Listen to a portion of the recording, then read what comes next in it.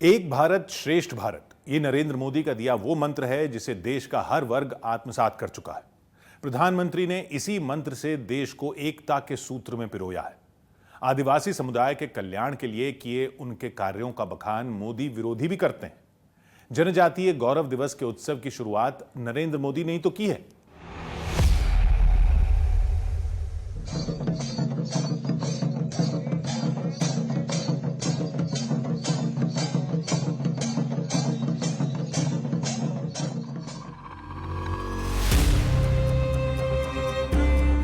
Ranchi jail अंग्रेज हुकूमत की खौफनाक वारदात की गवाह है। यहीं अंग्रेजों की कैद में थे धरती आबा, जिन्हें दुनिया बिरसा मुंडा के नाम से जानती है। जल जंगल जमीन की रक्षा के लिए बलिदान देने वाले बिरसा मुंडा को आदिवासी भगवान का दर्जा देते हैं।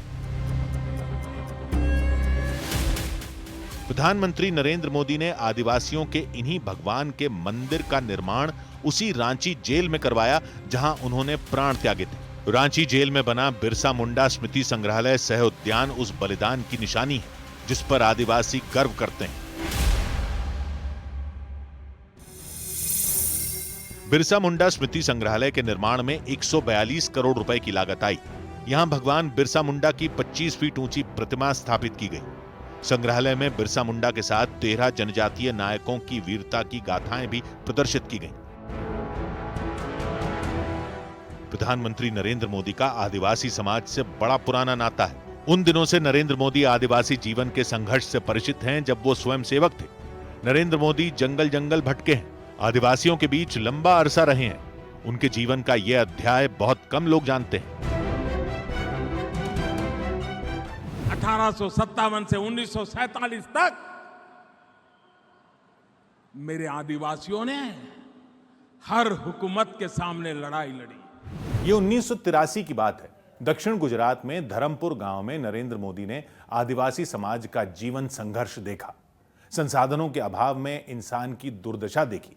आदिवासियों की कष्टकारी जिंदगी ने नरेंद्र मोदी को झकझोर कर रख दिया। उन्होंने आदिवासियों की स्थिति और उनके संघर्षों के बारे में मारुति की प्राण प्रतिष्ठा शीर्षक से एक कविता लिखी।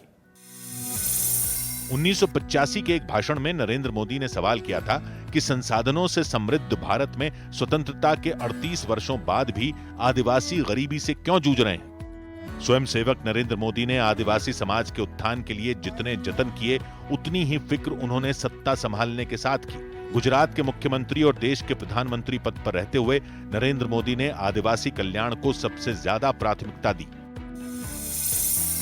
आदिवासी समुदाय के समग्र विकास के लिए मोदी सरकार ने पीएम जनमन योजना के लिए 24,104 करोड़ रुपए और धरती आबा अभियान के लिए 79,156 करोड़ रुपए का बजट दिया। अनुसूचित जनजातियों के विकास के लिए पीएम मोदी ने 5 गुना बजट बढ़ाकर 2024-25 में इसे 1,23,000 करोड़ रुपए कर दिया। पिछले 11 साल में जनजातीय मामलों के मंत्रालय ने आदिवासी छात्रों को सशक्त बनाने के लिए अपने स्कॉलरशिप सिस्टम को मजबूत किया है। पिछले एक दशक में 117 समुदायों को अनुसूचित जनजातियों की लिस्ट में शामिल किया गया। आदिवासी समाज के बलिदानों के ऋणी है, हम उनके योगदान के ऋणी हैं। आज समय है कि देश इस ऋण के लिए, इस योगदान के लिए आदिवासी समाज की सेवा कर उनका धन्यवाद करें। इसमें कोई शक नहीं कि पीएम जनमन, धरती आबा अभियान और वन धन योजना जैसी केंद्रीय योजनाओं ने यह तय किया है कि आदिवासी नागरिकों को समान अधिकार, अवसर और सम्मान मिले। आज की तारीख में आदिवासी समाज अपना भविष्य खुद बना रहा है।